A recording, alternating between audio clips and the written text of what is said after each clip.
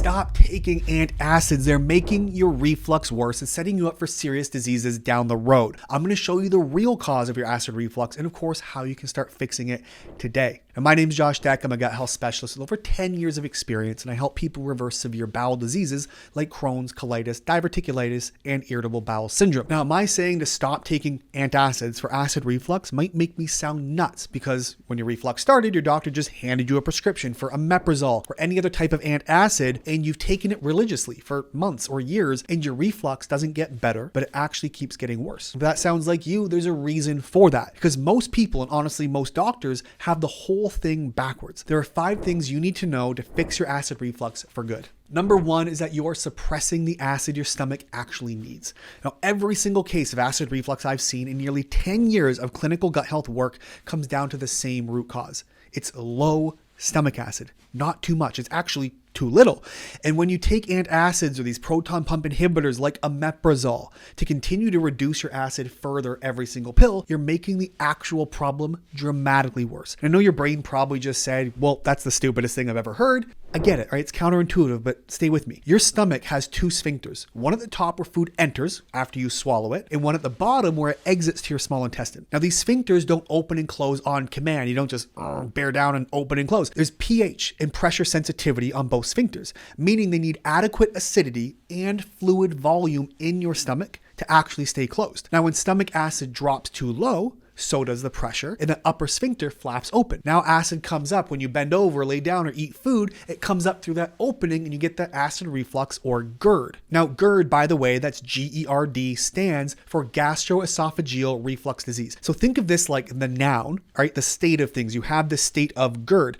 Acid reflux is the verb. That's the action of it actually happening when you're actively refluxing. So it's the same problem, different descriptions or different states of being. Now a 2020 review in the Journal of Internal Medicine found that long-term PPI use, that's the class of drugs which includes omeprazole, those are proton pump inhibitors, they're associated with significant alterations in gut microbiome composition, nutrient deficiencies, and increased risk of infections like C. diff, which can be deadly. So taking antacids actually means you're not fixing the problem, you're actually making your entire gut and the rest of your body worse. This means your best bet isn't to suppress acid even further, it's to figure out why you lost it in the first place, because acid reflux is low acid. Number 2, you are chronically stressed and don't realize that it's wrecking your gut.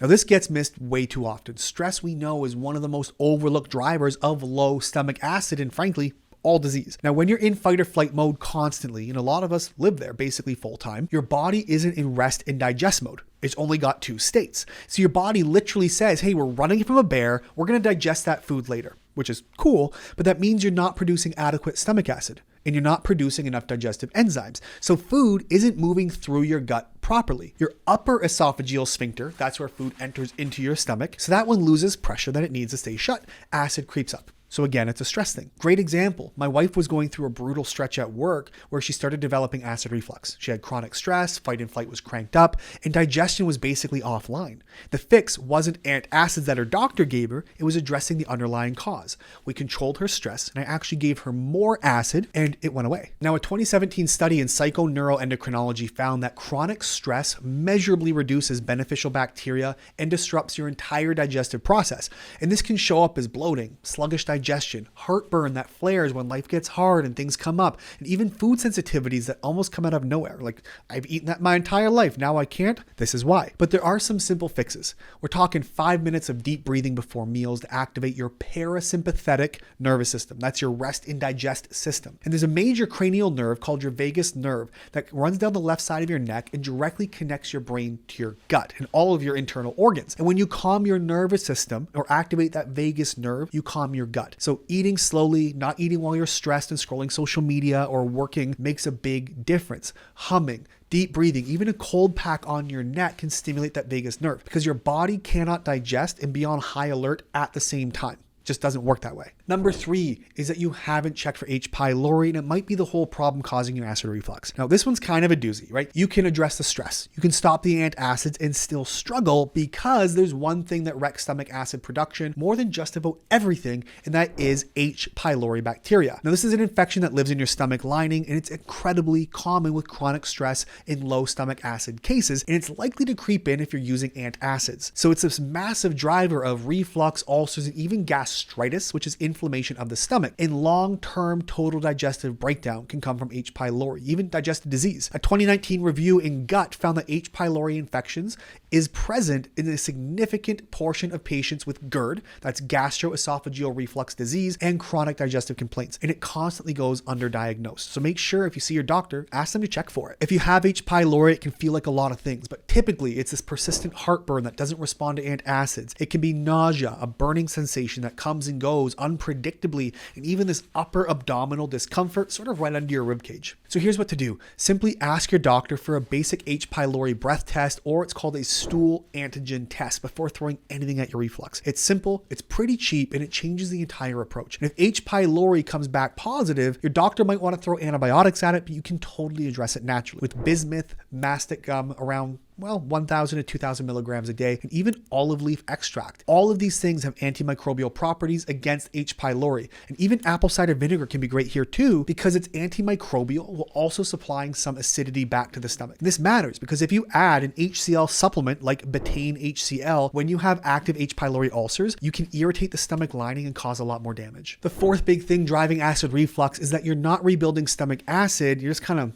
white knuckling your symptoms. Now, once you've ruled out and addressed H. pylori, you have to actually restore stomach acid production. And it sounds counterintuitive because after a lifetime of being told that acid is the enemy, we're saying your body actually needs it. And not just for reflux, right? For everything in your gut and inside of your body, stomach acid is ultimately there for a reason. Low stomach acid means you're not digesting protein properly. It means you can't absorb minerals like iron, zinc, or vitamin B12, all of which are needed for basic functions. Your gut bacteria shift in a bad direction because you're no longer controlling what makes it past your stomach. Right? That's kind of like a gatekeeper that says, okay, bad guys will die, the good guys can move through. You open this door to conditions like SIBO, that small intestinal bacterial overgrowth. You risk IBS or irritable bowel syndrome, and even inflammatory bowel diseases like Crohn's, colitis, and diverticulitis. And from there, the downstream effect gets really, really ugly. We're talking MS or multiple sclerosis, thyroid disease, hormone imbalances, anxiety, and depression have all been documented with links to gut dysfunction. The simple fix for this is to add acid back in slowly.